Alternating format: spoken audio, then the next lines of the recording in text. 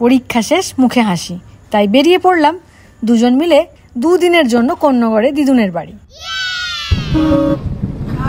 এই দেখো কেমন আছো, আবার আমরা এসে গেছি।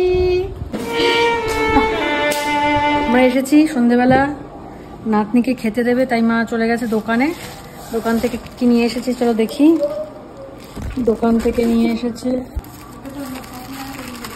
এটা কি পনির? পনিরটা ফ্রিজে রেখে দাও।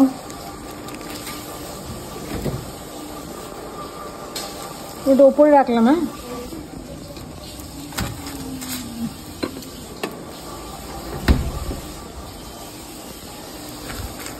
রসগোল্লা,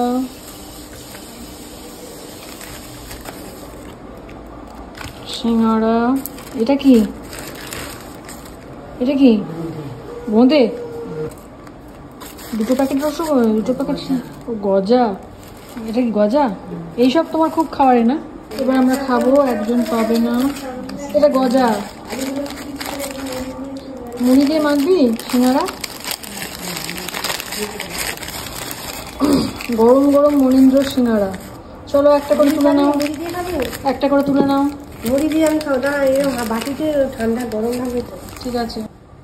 আরে সাবাস, গজা, সিঙ্গাড়া, মুড়ি, এই হচ্ছে আমাদের সন্ধ্যেবেলার জলখাবার।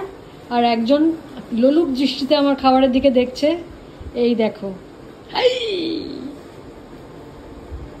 ওই দেখো দেখো দেখো, এই এই একটু পিছিয়ে যা। এই ঢোক গিলেছে, ঢোক গিলেছে। খাবে নাকি? পাবে না। খাবে নাকি? পাবে না। মুখ ঘুরিয়ে নিয়েছে, খাম খাম বলছে।